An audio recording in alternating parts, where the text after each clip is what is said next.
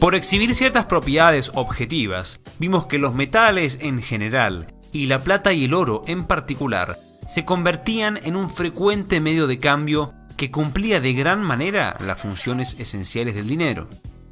Tenemos suficiente evidencia para afirmar que hace 4000 años en la ciudad de Ur, la plata se usaba para la compra y venta de bienes, sueldos, rentas, impuestos, deudas, intereses e incluso regalos. Vale la pena recordar que el uso de metales como medio de intercambio tardará en extenderse a otros pueblos y además coexistirá con otro tipo de mercancías. Los romanos, por ejemplo, utilizaron ganado como medio de intercambio hasta una época relativamente tardía, el cuarto siglo a.C. Esto se debe al variable desarrollo económico de cada pueblo, principalmente el volumen de comercio que tenían y que tanta división de trabajo existía. Saltamos entonces al próximo hito de nuestra historia, la creación de la moneda.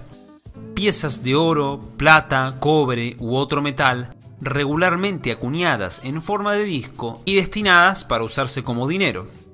Antes de su creación, estos metales eran intercambiados en diferentes tipos de barras, lingotes, ornamentos o armas que se pesaban en el momento de la transacción. Heródoto, historiador quien vivió en el V siglo a.C., nos informa que los primeros en acuñar sus monedas fueron los lidios, que en los comienzos del siglo anterior crearon monedas de electro, una aleación de oro y plata.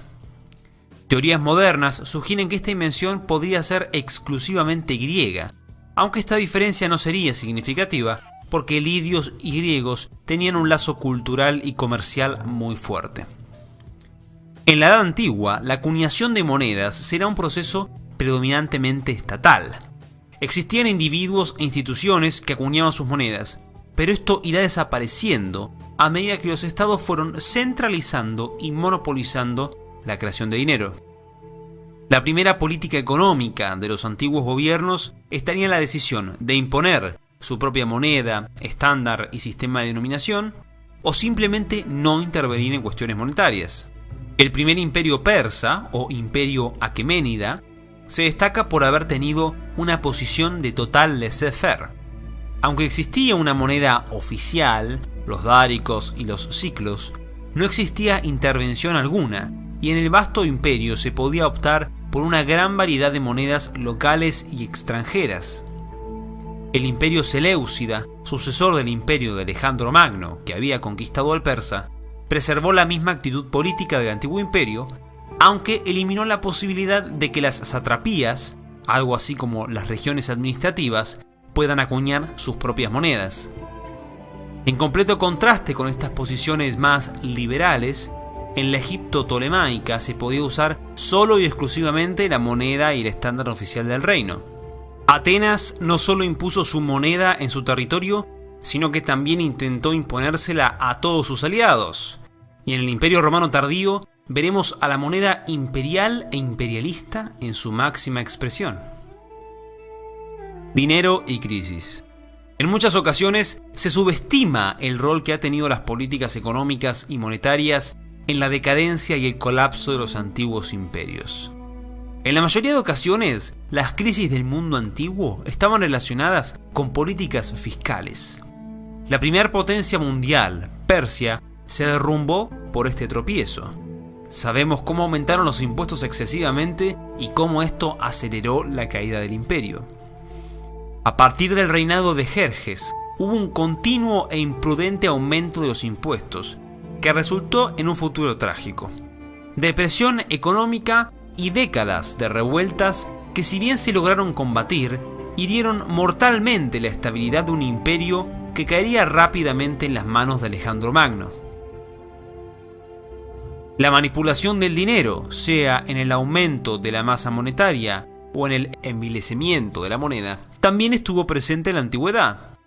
Lamentablemente, los registros son limitados y no permiten hacer un raconto detallado de los hechos históricos, pero el análisis de la evidencia material nos da pistas muy interesantes. La creación de dinero fue una práctica muy común en tiempos de emergencia. El gran esfuerzo económico y militar de las polis griegas para combatir a los persas en los años de la Segunda Guerra Médica coinciden con el periodo de mayor acuñación de monedas en toda la historia de Grecia. En la época de Alejandro hubo un incremento significativo de la acuñación cuando una gran porción de su ejército recibió su paga y volvió a casa. Lo mismo vemos en la masiva acuñación de monedas en la República Romana durante los años de la Guerra Social. La degradación de la moneda fue inusual durante el periodo helenístico, pero estuvo presente en el ocaso de varias naciones. La moneda cartaginesa, por ejemplo, tuvo una degradación sistemática. Las monedas que tenían un 98% de oro en los comienzos del cuarto siglo a.C. cayeron a un 30% en la Segunda Guerra Púnica. Y la plata cayó de un 33 a un 15% solo durante el transcurso de la Primera Guerra Púnica. El análisis de Roma es muy valioso por el incalculable legado cultural e institucional que ha dejado Occidente. Su decadencia y caída también están estrechamente relacionadas con las políticas recién mencionadas. En la época de César Augusto, primer emperador romano, el denario tenía un peso de 3,9 gramos y contenía un 98% de plata. Nerón, quien reinó desde el año 54 al 68 de nuestra era, comenzó a manipular la moneda, disminuyendo su peso y su porcentaje de plata. Durante los siguientes 200 años, la degradación de la moneda continuará hasta perder todo su valor. ¿Por qué ocurrió esto? Nerón, Calígula, Cómodo, Séptimo Severo, Caracalia y Heliogábalo son algunos de los extravagantes emperadores que durante su reinado aumentaron enormemente el gasto estatal y para solventarlo tuvieron que recurrir al aumento de impuestos, expropiaciones y el envilecimiento de la moneda. La mayor parte del incremento del gasto estaba destinado al ejército. Aumento impagable en el tamaño de las fuerzas, aumento impagable de los sueldos, que en ocasiones eran duplicados o triplicados, y aumentos impagables de beneficios económicos que gozaban los soldados. Y en el caso de los llamados buenos emperadores, como Trayano, Adriano y Marco Aurelio, ellos fueron los que iniciaron el aumento de diferentes donativos, pan y circo, que van a superar los gastos de la construcción y la burocracia. Los excesivos e impagables gastos terminan destruyendo la economía, las instituciones y la estabilidad política de Roma. El imperio es azotado por la inflación. Los ejércitos se rebelan y aparecen decenas de caudillos que fragmentan el imperio y quieren usurpar el trono. La gente se desespera por el hambre y escapa de las ciudades en busca de una vida autosuficiente, mientras los sasánidas por el este y los bárbaros por el norte penetran las fronteras cual hambrientos tiburones que se acercan al olor a sangre. Este podría ser un día trágico. Podría ser el fin del hombre araña. No fue el fin, pero casi. Estos sucesos, que forman parte de la llamada crisis del siglo III, durarán 50 años, pero finalmente la paz y la estabilidad política llegan con el emperador Diocleciano. Diocleciano hará decenas de reformas para fortalecer al imperio. Políticamente diseña una forma de gobierno llamada tetrarquía, que constaba de 2 Augustos y 2 Césares. Institucionalmente elimina cualquier trazo de republicanismo y el imperio se vuelve absolutista y dictatorial. Militarmente aumenta el tamaño del ejército y lo vuelve el eje central de la sociedad. Y económicamente aumenta los impuestos, los castigos para los evasores y promulga el edicto de los precios máximos, donde, sorpresa, fija precios máximos. ¿Serán efectivas las medidas de Diocleciano? Pese a su creatividad, no. Y de hecho, Roma nunca sanará de esta crisis. La decadencia política e institucional, producto de la imprudencia financiada mediante impuestos y manipulación monetaria, caló demasiado hondo. Las épocas gloriosas de la República se vuelven un recuerdo nostálgico, y el imperio a partir de Diocleciano, la crónica de una muerte anunciada. Comenta Lactancio, el número de beneficiarios comenzó a exceder tanto el número de contribuyentes que, con los recursos de los agricultores agotados por el enorme tamaño de las requisas, los campos quedaron desiertos y la tierra cultivada se convirtió en bosque. La política y el ejército va a sobrevivir un tiempo más, pero esto fue a costa de la libertad y del bienestar de los ciudadanos. Muchos abandonaban las ciudades y le rogaban a los terratenientes que les den protección a cambio de servidumbre, costumbre que el emperador Valente intentó frenar declarándola ilegal en el año 368. Al final, ya no había dinero para proteger la frontera. No había dinero para pagar a los soldados ni para mantener o construir murallas y fortificaciones. Para muchos romanos que vivieron en esta etapa tardía del imperio, el colapso del Estado, más que una catástrofe, será un alivio. Es interesante notar las similitudes y los paralelismos que estos distantes hechos históricos tienen con nuestro mundo. ¿Será que los que no aprenden de la historia están condenados a repetirla? ¿Se dará cuenta alguien la relación entre dinero, poder, crisis y ética? El fin de la civilización clásica es catástrofe, pero también es transformación, continuación y quizás evolución. La transición de la Edad Media a la Edad Moderna estuvo marcada por trágicas pestes, hambrunas y problemas monetarios. Cito a Peter Spufford. Bruscos debilitamientos y fortalecimientos de la moneda tuvieron efectos sociales notablemente desestabilizadores. Los bruscos debilitamientos empobrecieron a quienes vivían con ingresos fijos, en particular a los propietarios de tierras que tenían contratos de renta fija. Como estos incluían a los hombres más poderosos de la sociedad, respondían con una acción política vigorosa, un brusco fortalecimiento de la moneda que generalmente estuvo acompañado de regulaciones de precios, salarios y de nuevos impuestos. La carga de los nuevos impuestos, la aplicación desigual de las regulaciones de salarios y precios y la restauración repentina de los viejos niveles de la moneda afligieron a los pobres y a los débiles de la sociedad. A pesar de las dificultades del nefasto siglo XIV, Europa pudo recuperarse y continuar con su progresivo aumento de la población y el comercio. El oro reaparece luego de mucho tiempo por la necesidad de tener una moneda más sólida. El florín, moneda de oro acuñada en la República de Florencia desde el año 1252, al igual que su gran rival, el ducado veneciano, fueron dos monedas que por su peso, pureza y prestigio se volvieron el patrón de referencia para la fijación de los tipos de cambio. En otras palabras, se volvieron el dólar de la Baja Edad Media y el Renacimiento. El continente se integra de manera espontánea usando al ducado como referencia, un antecedente del oro como estándar del sistema financiero internacional. Cuando las carabelas de Enrique el Navegante comienzan a traer cantidades apreciables de oro, poco después de la mitad del siglo XV, los reyes de Portugal también comienzan a acuñar una moneda de oro nacional, los cruzados de oro, piezas de igual peso y pureza que el ducado veneciano. Este proceso se replica en la mayoría de reinos. Los reyes de Nápoles comienzan a acuñar sus ducados. En los 1470 los reyes de Aragón deliberadamente reemplazan sus florines por ducados. Y en 1497 los reyes católicos, Fernando e Isabel, promulgan una reforma monetaria donde también crean su propio ducado. En la Pragmática de Medina del Campo se explica el porqué de esta reforma. Estas monedas eran usadas por todos los reyes y en todas las provincias de la cristiandad. Aquí tienen la cita textual en castellano medieval.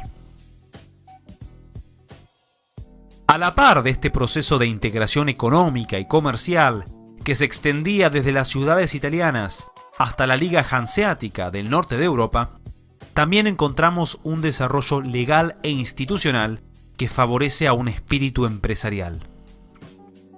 La evolución en los derechos de propiedad, en los acuerdos contractuales para el comercio y la emergencia de nuevas técnicas comerciales y financieras conforman el prolegómeno de los cambios asociados a la emergencia del capitalismo.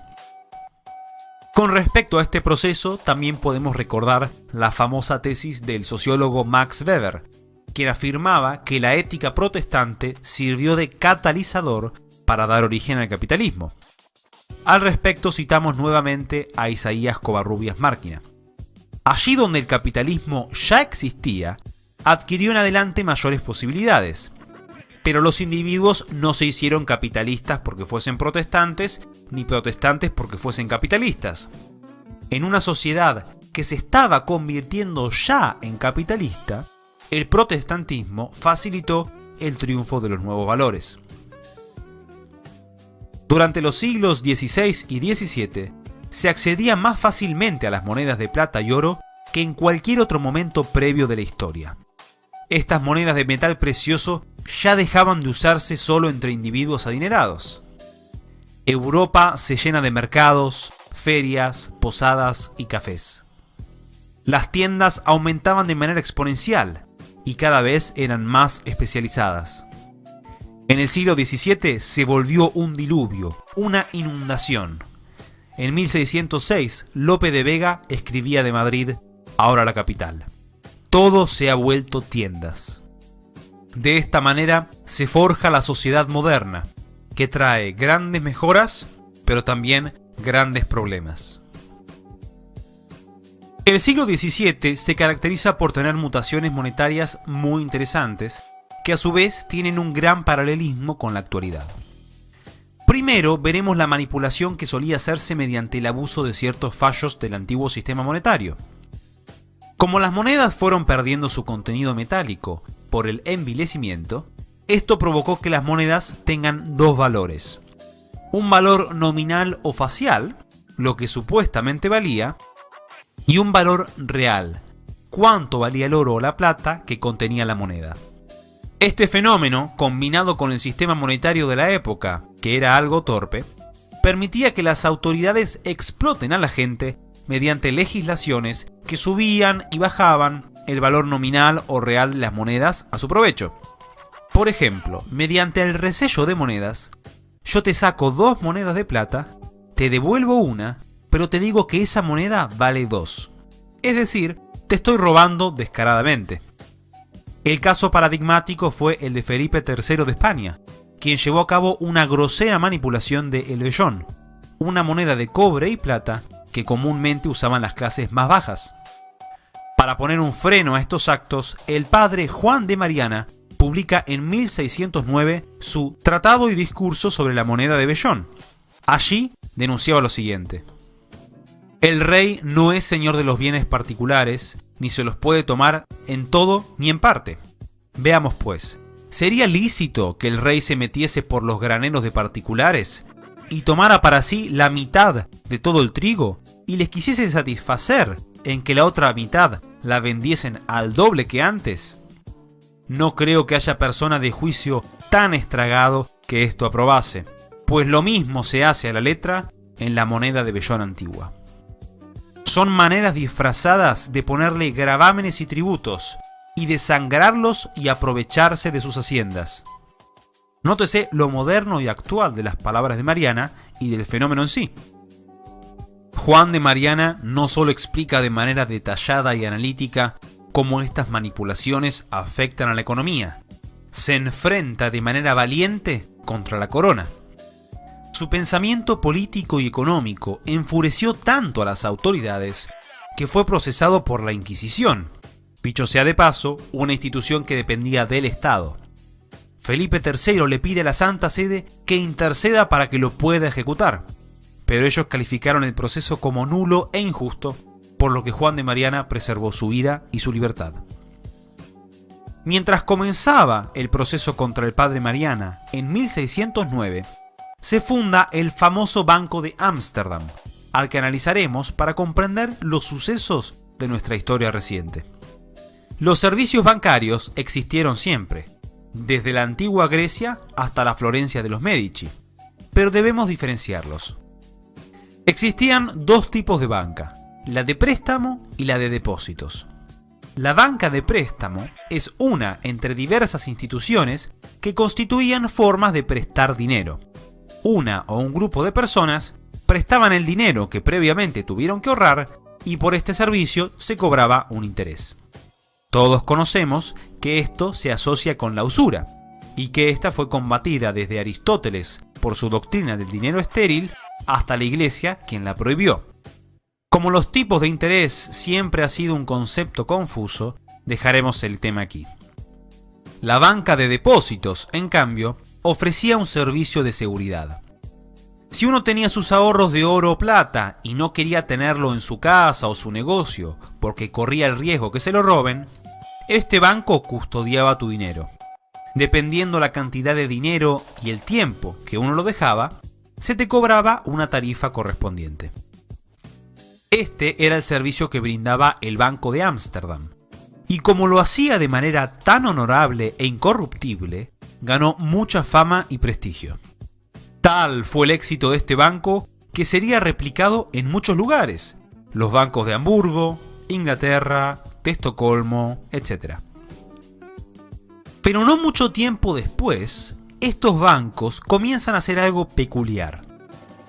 Empiezan a usar, prestar o invertir el dinero que depositaba la gente.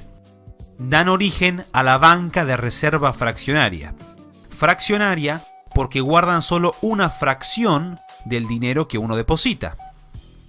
Breve ejemplo. Usted va al banco y deposita 50 monedas de plata. El banco guarda algunas monedas, un porcentaje de reserva, al que llamamos coeficiente de caja, y el resto, la mayor parte de su dinero, es reinvertido por el banco. Los depósitos se vuelven una deuda de corto plazo que tiene el banco con nosotros. Si todos fuésemos al banco a pedir nuestro dinero, supongamos por una emergencia que nos afecta a todos, el banco no lo tendría.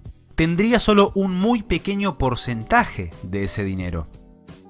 En el año 1661, el Banco de Estocolmo entra justamente en una crisis de solvencia por el sistema de reserva fraccionaria. Como no tenían el dinero, recurren a inventar el primer billete moderno, un certificado de depósito. Luego de unos años, el banco quiebra. Pero en 1668, el gobierno sueco lo reabre como el primer banco central de la historia. El papel moneda y los bancos centrales no aparecen de manera espontánea. Nacen en este contexto por privilegios legales que otorgó el Estado. El papel moneda como una deuda, una promesa de pago del banco, y el Banco Central como el prestamista de última instancia para darle liquidez a los bancos que están por quebrar, es decir, la institución que permite que este sistema pueda sobrevivir. Como pueden imaginarse, esto abre la puerta a un montón de debates éticos, jurídicos y económicos. Pero continuemos para ver qué tan feo se pone esto. En 1715, al finalizar la Guerra de Sucesión Española, muere el rey de Francia, Luis XIV. El reino estaba en una situación crítica. Estaba por declararse en bancarrota. Pero antes que ocurra esto, aparece un señor escocés quien promete tener una solución. John Law, hijo de un orfebre y banquero, le explica al regente de Francia, Felipe II de Orleans, que el problema del reino es que no tenía papel moneda, y que si él lo autorizaba, mediante un banco estatal y políticas monetarias expansivas, él podría salvar a Francia. No se confundan, John Law no estaba improvisando. Él era un hombre muy capaz, un teórico de la economía, cuando Adam Smith ni siquiera había nacido, y además un hombre de ideas con muchos paralelismos al pensamiento de John Maynard Keynes. Felipe II de Orleans, seducido por Law, aprueba su propuesta y el reino rápidamente adapta su sistema, dando inicio a la expansión de papel moneda sin respaldo y a la expansión crediticia. A corto plazo parecía que todo estaba marchando de maravilla. El economista escocés se había vuelto un gurú, el brujo de las finanzas. Al poco tiempo este hombre dirigía toda la economía de Francia y ejercía de manera libre toda su creatividad. Ponía en marcha sus experimentos que parecían darle una riqueza ilimitada a miles y miles de franceses. Pero ¿qué pasó en 1720, tan solo 4 años después? Momento en el que ya algunos estaban desconfiando de este crecimiento exponencial y querían de vuelta su oro y su plata. Un colapso económico, una de las mayores burbujas financieras de la historia. Por más increíble que suene, la humillación y el empobrecimiento de los franceses generó una actitud tan hostil hacia la corona que las protestas que evolucionaron en la Revolución Francesa en parte fueron por este fraudulento sistema financiero que además dio comienzo al nuestro. Ahora existían dos frentes para las mutaciones monetarias. El clásico envilecimiento, reducir el contenido metálico de la moneda, manteniendo su valor nominal, y la nueva alquimia, el dinero mágico, fruto de los bancos centrales y el dinero fiduciario. Mientras John Law practicaba la magia financiera en Francia, en Gran Bretaña, Sir Isaac Newton, director de la Casa de la Moneda, crea reformas al sistema monetario que inadvertidamente dan inicio al patrón oro clásico en el año 1717. De todas maneras, Gran Bretaña adoptará formalmente el patrón oro en el año 1821 y este sistema se generaliza internacionalmente en torno a la década de 1870. ¿De qué trata el patrón oro? Sus características más simples son las siguientes. La unidad monetaria nacional se define por una cantidad de oro. El efectivo, el papel moneda en circulación, es proporcional a las reservas de oro. Y la convertibilidad del billete a oro está garantizada por los bancos. Ejemplo, Estados Unidos tiene su moneda, el dólar, que equivale a un 20avo de onza de oro. Si tengo 20 dólares, voy a un banco y puedo cambiar mis billetes por una onza de oro. Observemos el siguiente billete de 10 dólares del año 1907. Leo la inscripción desde arriba hacia abajo. Esto certifica que se ha depositado en el Tesoro de los Estados Unidos de América 10 dólares en oro a pagar al portador bajo demanda. Aquí tienen un billete argentino del año 1883. Banco de Provincia de Buenos Aires pagará al portador a la vista 1 peso de oro. En ese momento, 1,61 gramos. El peso argentino, desde 1883 hasta el día de la fecha, perdió 13 ceros.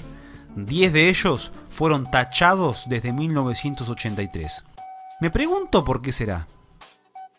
Si bien el patrón oro clásico no pudo resolver todos los problemas que aparecieron desde el siglo XVII, es un sistema que permite la estabilidad del sistema general de precios, estabiliza las tasas de interés a largo plazo, estabiliza los tipos de cambio, impide que los bancos sobreexpandan el crédito, etc. En ocasiones los gobiernos suspendían este sistema de manera transitoria, pero en el año 1914 el patrón oro es destruido y abandonado. ¿Por qué? Porque cuando comienza la Primera Guerra Mundial, los gobiernos quieren embarcarse en un gasto y endeudamiento masivo, algo incompatible con el patrón oro. Para los gobiernos y sus amigos mercantilistas, es preferible tener un banco central que tenga el monopolio del dinero, que pueda imprimir billetes, endeudarse y expandir el crédito sin límites. Quieren dinero fiduciario inflacionista, como John Law y otros brujos y alquimistas. Ocurrirán entonces las mismas burbujas. Cuando finaliza la Primera Guerra Mundial, tenemos la depresión de 1920-1921, fruto de políticas de la recién creada Reserva Federal. Apenas finaliza esta, la expansión crediticia vuelve a generar otra burbuja que estalla en 1929, la Gran Depresión, proceso que ya explicamos en este video. Y Franklin Delano Roosevelt logró algo que John Law y la corona jamás podrían haber hecho. Confiscó el oro del país para imponer coactivamente el dinero fiat. La orden ejecutiva 6102, firmada en 1933, te metía preso hasta 10 años si no le entregabas todo tu oro al Estado, sea en monedas o certificados. Una vez más, vemos que ni el Banco Central ni el dinero fiat emergieron de manera espontánea, fueron impuestos por la coacción. Ahora, luego de la Primera Guerra Mundial, existieron dos experimentos para volver a un pseudo patrón oro, que por supuesto no es el que veníamos hablando antes. El primero es conocido como el patrón cambio oro. Propuesto en la conferencia de Génova en el año 1922, combinaba el patrón oro clásico con dinero fiat y con bancos centrales. El sistema fue creado deliberadamente para que los gobiernos puedan seguir sus políticas inflacionistas de manera más discreta. Además, le daba mucho poder a Estados Unidos e Inglaterra, quienes se beneficiaban de la estructura fraudulenta del sistema. El patrón cambio oro fue colapsando y dejó de existir a comienzos de los años 30. El segundo pseudo patrón oro fue creado en la conferencia de Bretton Woods en el año 1944. La estructura de este sistema era similar al patrón cambio oro, pero más fraudulento. Las reservas de oro solo estaban en la Reserva Federal de los Estados Unidos. Estados Unidos se comprometía a mantener al dólar ligado al oro en una paridad de $35 por onza. El resto de los países fijaban su divisa no al oro, sino al dólar. Si les parece que este sistema no es muy razonable, pueden culpar a sus creadores, John Maynard Keynes y Harry Dexter White, quien casualmente era un comunista y agente de la KGB. Además, se crearon dos organismos que ayudarían a mantener el orden del sistema, el FMI y el Banco Mundial. El sistema fracasó por su estructura y por los escándalos que fueron apareciendo. El estado de bienestar que fue construyendo Lyndon B. Johnson, sumado a todo el gasto de la guerra de Vietnam, hacía que las políticas inflacionistas de Estados Unidos impacten en la economía de todos los países del acuerdo. Es decir, Bretton Woods generaba una inflación mundial. Al fijar las divisas nacionales al dólar, se daba una relación muy injusta y parasitaria. Francia y otros países estaban muy enfurecidos y comenzaron a exigir que les devuelvan su oro.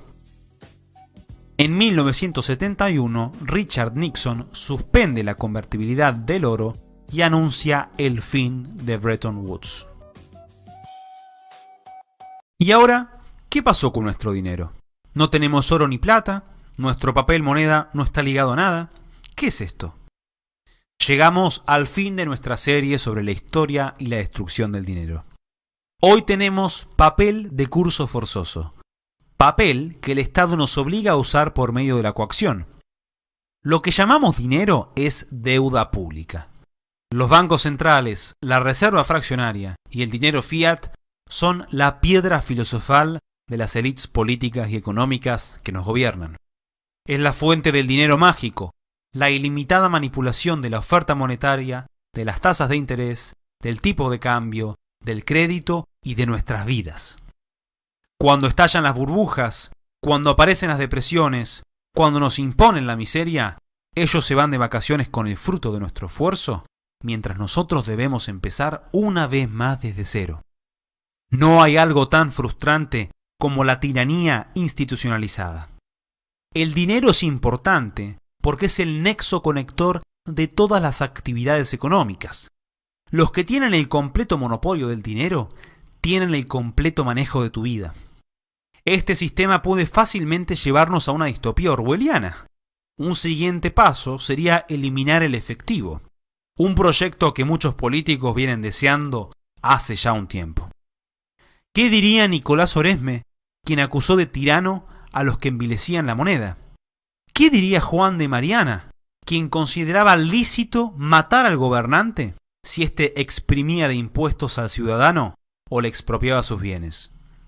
Nos quedará luchar o innovar, pero no debemos olvidarnos de la historia y la destrucción del dinero cuando este sistema eventualmente colapse.